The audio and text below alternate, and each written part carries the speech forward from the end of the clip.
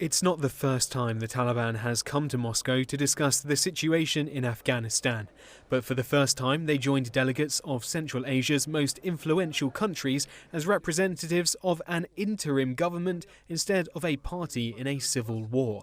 They wanted promises of financial support for their struggling economy and hoped for recognition as the official government of Afghanistan. But that wasn't forthcoming. Russia's Foreign Minister Sergei Lavrov wants the Taliban to make good on its promises first, to form a truly ethno-politically diverse government, to stamp out the drug trade and to quash the numerous terror networks within the country, as political analyst Andrei Serenka explains. We must understand that Moscow, like many other countries, does not have so many opportunities to influence the Taliban, and the very possibility of recognizing the Taliban is one of the most important resources. You can only recognize the Taliban once. Therefore, there is no need to rush to recognition. But by withholding that official recognition, the Taliban says the international community risks destabilizing Afghanistan further. If the new government is not recognized and supported, the groups that disrupt security will naturally be strengthened.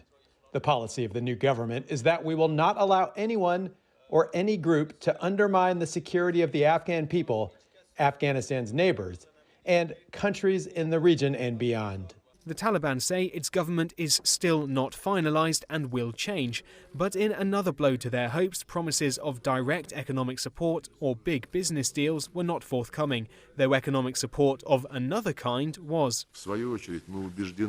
We are convinced that the time has come to mobilise the resources of the world community to provide effective financial and economic humanitarian assistance to Kabul in order to prevent a humanitarian crisis and curb migration flows.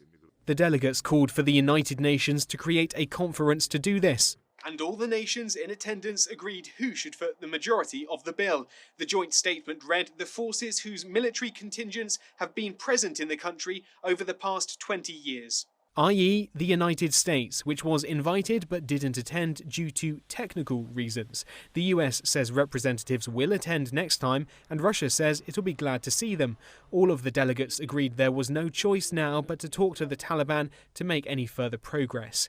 Meanwhile, in Tajikistan, joint military drills among the countries most worried about terrorist incursions across their borders, an apparent backup to the Taliban promises being made here. Stuart Smith, CGTN, Moscow.